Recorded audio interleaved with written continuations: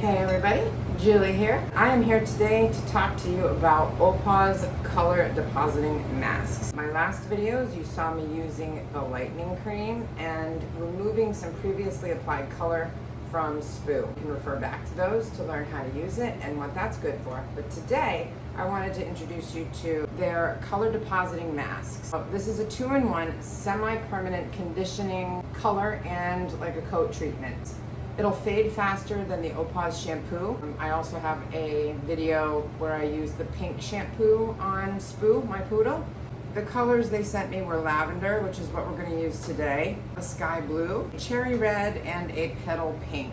I've seen the pink and it can come out really vibrant. I'm going to use this today on Spoo's. I'm going to apply to her on a dry coat that is clean. The directions say that you can give your dog a bath and then towel dry and then apply this and leave it for 20 minutes. But it says for brighter results to put it on a clean blow-dried coat, which is the state she's currently in. And I'll leave it on for 20 minutes and rinse it off. Creative grooming is not for every dog. It is for dogs that enjoy attention, that enjoy grooming. This is all non-toxic, and Opawz tests rigorously to make sure that their products are developed for, safe for, and non-toxic for dogs. You should not use any of the permanent or semi-permanent products on a dog under 6 months of age. This is a semi-permanent, but we're gonna give this a shot today. I have 2 pairs of gloves on. You're going to want gloves. Also, you may need some way to prevent the color from getting on areas you don't want it to go. So Opawz makes a color isolation cream, a protective cream to protect the areas where you do not want the colors to show. It's completely non-toxic and gentle on a pet's coat. Apply this evenly. You can use a brush. Then when you rinse and shampoo out your color, this will just come right out. It comes in these awesome squishable packages. Mixing it up, something you should do beforehand. Super easy. Just take the top off and apply directly. When it comes to my fine line areas, that's when I'm going to use a brush. You're going to want to make sure that you get the entire coat saturated. Let's get started. So here we have Spoo. So we're going to start with the Opawz isolation cream. So what I want to do is make sure that her jacket gets colored. I don't want it to run onto her areas. I still need to shave this. It's very creamy. So I'm going to hold her coat back, and I'm just going to brush this on the line where the long hair begins and the short hair ends. So I took it a little far there. Just need to get a little bit of a thick line, but not, you don't need like a solid, massive application, but this is just gonna protect this short area. So I'm trying not to pull any of the long hair in, just covering up the short hair. Thank you, mamas. So you can see I have this line.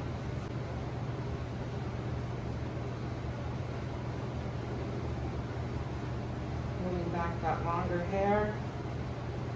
There you go. Being like super picky is really important in competition, but not necessarily for an at-home creative style like this is. But it's always great practice to do the best job that you can. And this is how we learn, through practice. Just gotta come around this side. Good girl, Ma. So there, that is protected. Just to prevent the runoff, I don't want this to get color on it, so I'm going to determine where I want my line to start and just paint this down.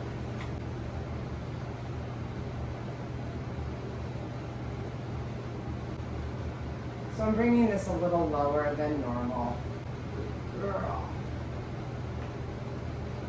So when you rinse in cool water, helps to prevent runoff, but I've never used this mask before, so I just don't want that coat colored.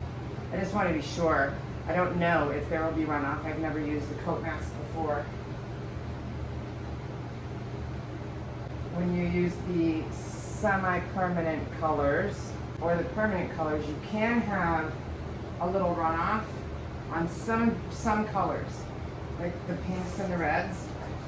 When you let it sit for the amount of time that it says on the bottle, and then you rinse it in cool water, I will wet the coat, or I will slather conditioner over the coat. If it's a competition groom that I'm doing, I'll slather condition over the coat so that if there is any color runoff, it definitely won't absorb. I have brought her jacket back just past her last rib and under. So this is where I'm going to put my isolation cream. I'm going to draw a line to protect the hair that I don't want colored. Using her body structure helps me create symmetry on the other side. But now you can see last rib right before the tuck up. Just bringing this right over. And this would go a lot faster if I was not recording. All right, so that's that. We'll open our color mask. You can see the consistency, super creamy and thick. I think I will squeeze it in my bowl so I can paint it on. Now she does have some pink on her, and that is from the last time I colored her. So there will be some different tones wherever the pink is, but I do also have to groom her. Some of that may come out.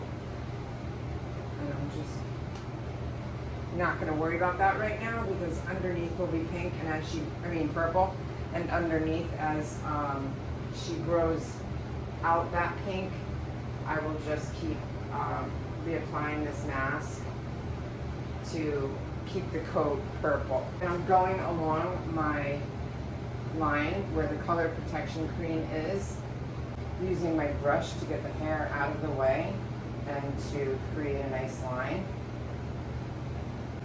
And now I'm going to use my brush to manipulate this deeper. It smells good. To make sure that I'm getting down to the roots, move her hair side to side. And then I'm going to use my fingers to rub this in deeper after. Hence the gloves. So again, right along this line.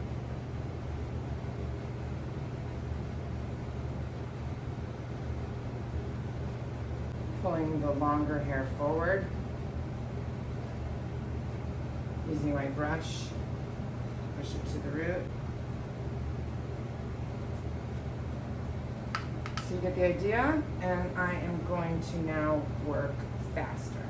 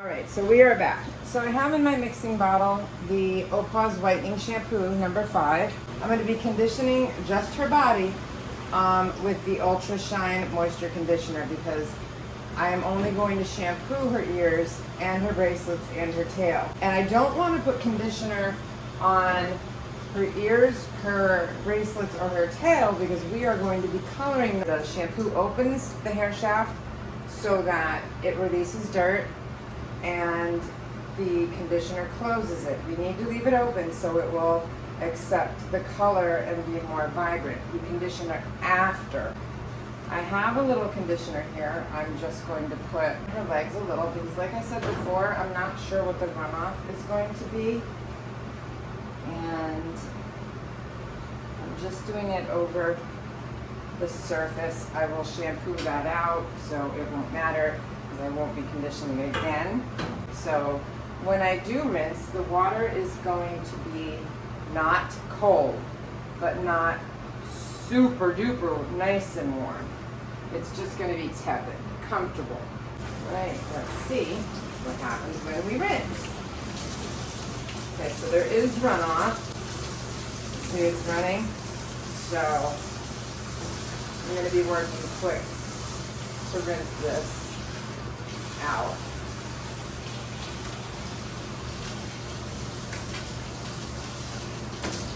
And I'm going to rinse this off gently to get that color to make sure it doesn't stick on these bracelets that I'll be coloring blue tomorrow. I guess if the purple's on it, it wouldn't be too bad, blue and purple. It gets a little bit on there. But wow, is this nice and dark, huh? It's a little dark. That runoff. Yikes! I don't like that runoff. So I'm going to keep rinsing it.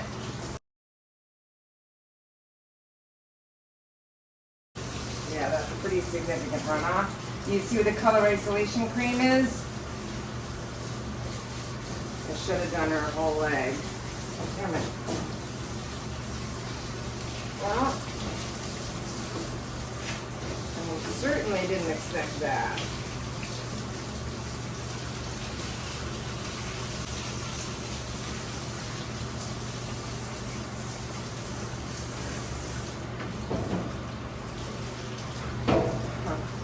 Well, I'm glad I'm putting glue over it. I didn't put the color isolation cream all the way down to her front legs because that top layer has caught some of the color. Let's bathe her up real quick.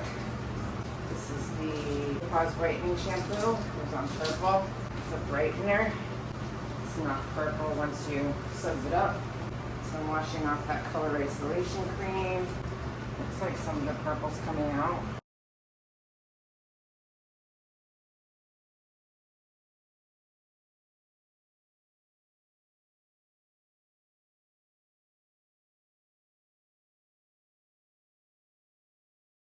I'll be conditioning her purple and